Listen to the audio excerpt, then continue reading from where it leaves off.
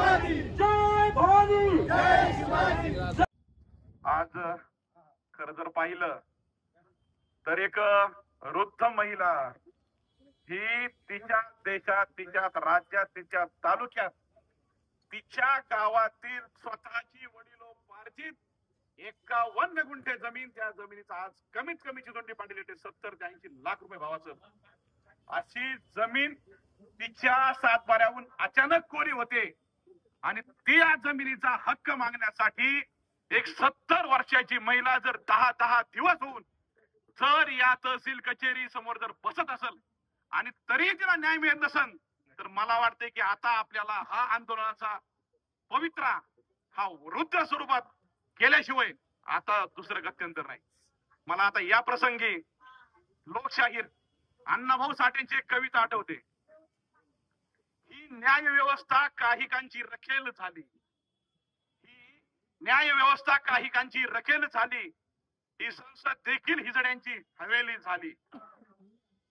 मी माझ्या व्यथा मांडू कोणाकडे, मी माझ्या व्यथा मांडू कोणाकडे, कारण इथली न्याय व्यवस्था भ्रष्टतेने रंगीन झाली।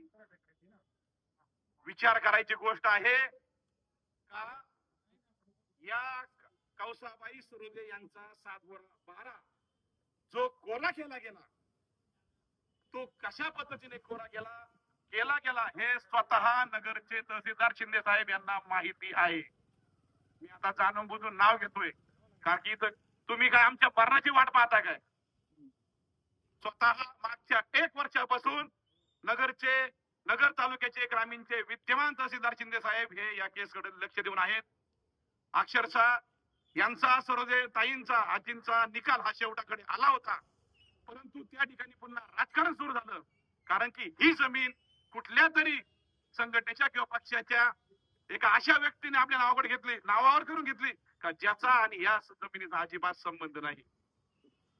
मग अशा वेळी ज्यावेळेस आम्ही इथं 4-5 दिवस चक्कर मारतोय, एखादा न्याय व्यवस्थेचा वकील असेल, एखादा रिटायर्ड अधिकारी असेल किंवा या जमिनी क्षेत्रातला ज्याला अभ्यास आहे असा प्रत्येक व्यक्ती सांगतोय की हा 7/12 या कौसाबाई सरोदेंच्या नावावर व्हायलाच हवा। मग नेमकं आडवं येतंय कोण?